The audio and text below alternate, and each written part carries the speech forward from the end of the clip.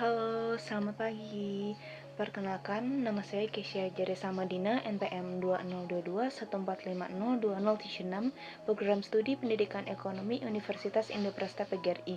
Pada kesempatan kali ini, saya akan memaparkan materi mata kuliah perkoperasian dan UMKM tentang manajemen keuangan dan permodalan koperasi. Nah, dalam manajemen koperasi ada 3 unsur utama atau perangkat organisasi koperasi, yaitu rapat anggota, pengurus, dan badan pengawas. Sebagai badan usaha, koperasi harus dikelola secara profesional, sehingga pengurus yang mendapat amanah dari anggota untuk menjalankan aktivitas organisasi dan usaha koperasi perlu memiliki pengetahuan yang luas mengenai cara pengelolaan koperasi. Salah satunya adalah dalam pengelolaan keuangan atau permodalan. Manajemen keuangan koperasi sebagai bagian dari manajemen koperasi sangat terkait dengan masalah kesejahteraan anggota. Hal itu sejalan dengan tujuan normatif manajemen keuangan, yaitu meningkatkan kemakmuran para pemilik. Dalam hal ini, manajemen keuangan koperasi bertujuan untuk meningkatkan kesejahteraan para anggota yang juga merupakan tujuan utama dari pendirian organisasi koperasi. Manajemen keuangan koperasi adalah aktivitas pencarian dana dengan cara yang paling menguntungkan dan aktivitas penggunaan dana dengan cara efektif dan efisien dengan memperhatikan prinsip ekonomi dan prinsip-prinsip koperasi.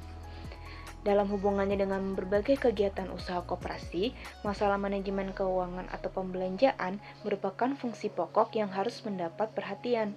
Dalam hal ini, maka pihak pengurus atau manajemen koperasi harus mengarahkannya pada beberapa hal. Yang pertama, terwujudnya stabilitas usaha dengan cara pengelolaan likuiditas dan solvabilitas yang baik. Yang kedua, terwujudnya pendayagunaan modal yang optimal. Dan yang ketiga, terwujudnya kemampuan membentuk modal sendiri. Ketiga hal tadi merupakan bagian dari indikator kinerja keuangan dan usaha koperasi. Sebagai badan usaha, koperasi sama dengan bentuk badan usaha lainnya, yaitu sama-sama berorientasi laba dan membutuhkan modal. Oleh karena itu, kehadiran modal dalam koperasi ibarat pembuluh darah yang mensuplai darah atau di sini sama dengan modal dan bagi kegiatan-kegiatan lainnya dalam koperasi.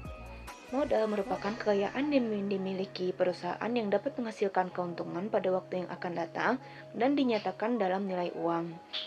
Modal dalam bentuk uang pada suatu usaha mengalami perubahan bentuk sesuai dengan kebutuhan untuk mencapai tujuan usaha, yakni sebagian dibelikan tanah dan bangunan, lalu sebagian dibelikan persediaan bahan, lalu sebagian dibelikan mesin dan peralatan, lalu sebagian lagi disimpan dalam bentuk uang tunai. Untuk mencapai tujuan manajemen keuangan, maka koperasi harus bekerja berdasarkan prinsip ekonomi yang rasional, yaitu efektif, efisien, dan produktif, serta berpegang pada prinsip-prinsip koperasi dan ciri khasnya. Hal inilah yang dinamakan dengan memanage modal. Berbicara masalah bagaimana memanage modal berarti berbicara mengenai permodalan. Fungsi permodalan berkembang dari masa ke masa, yang semula orientasinya hanya pada bagaimana cara mendapatkan modal, kemudian berkembang menjadi bagaimana cara menggunakan atau mengalokasikan modal. Akhirnya kemudian berkembang dengan fokus bagaimana mendapatkan modal dengan cara yang paling menguntungkan. Nah, sekaligus bagaimana menggunakan modal tersebut secara efektif dan efisien.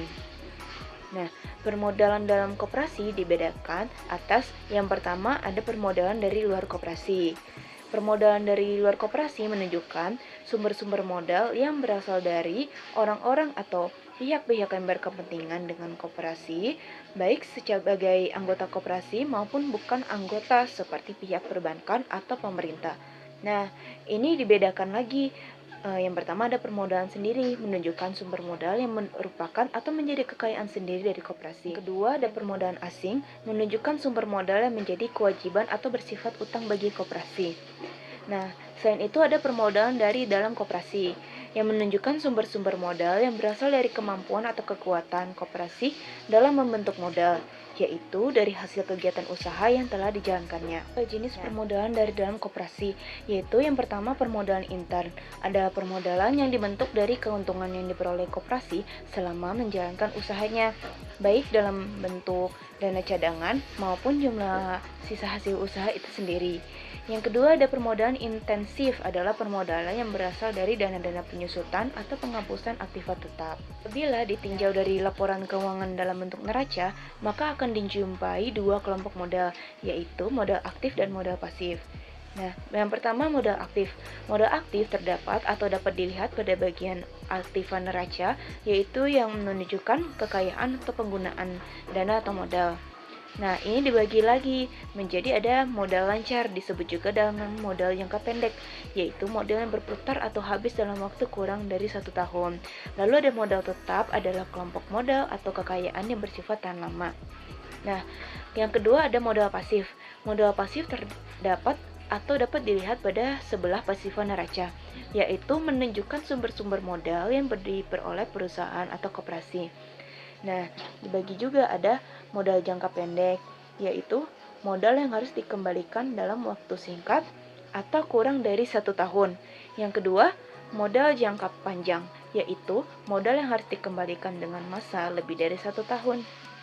Dalam ayat 2 pasal 41 Undang-Undang Nomor 25 Tahun 1992 menjelaskan bahwa modal sendiri koperasi terdiri dari yang pertama simpanan pokok, yaitu sejumlah uang yang sama banyaknya yang wajib dibayarkan oleh anggota kepada koperasi pada saat masuk menjadi anggota. Yang kedua, simpanan wajib, yaitu jumlah simpanan tertentu yang tidak harus sama yang wajib dibayar anggota kepada koperasi dalam waktu dan kesempatan tertentu. Yang ketiga ada dana cadangan, yaitu sejumlah uang yang diperoleh dari penyisihan sisa hasil usaha yang diperuntukkan bagi pemupukan modal sendiri dan untuk menutup kerugian yang diderita koperasi. Yang keempat ada hibah, sumbangan, atau hadiah, yaitu sejumlah uang yang diterima dari pihak lain yang tidak harus dikembalikan koperasi kepada si pemberinya. Modal koperasi dapat berasal dari modal sendiri dan dari pinjaman pihak ketiga. Terkait dengan masalah simpanan anggota, hal itu menjadi tugas dari pengurus koperasi untuk dapat menciptakan dan meningkatkan partisipasi modal dari anggota.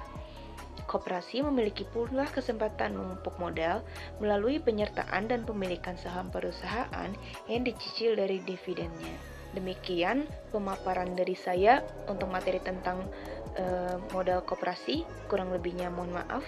Terima kasih. Selamat pagi.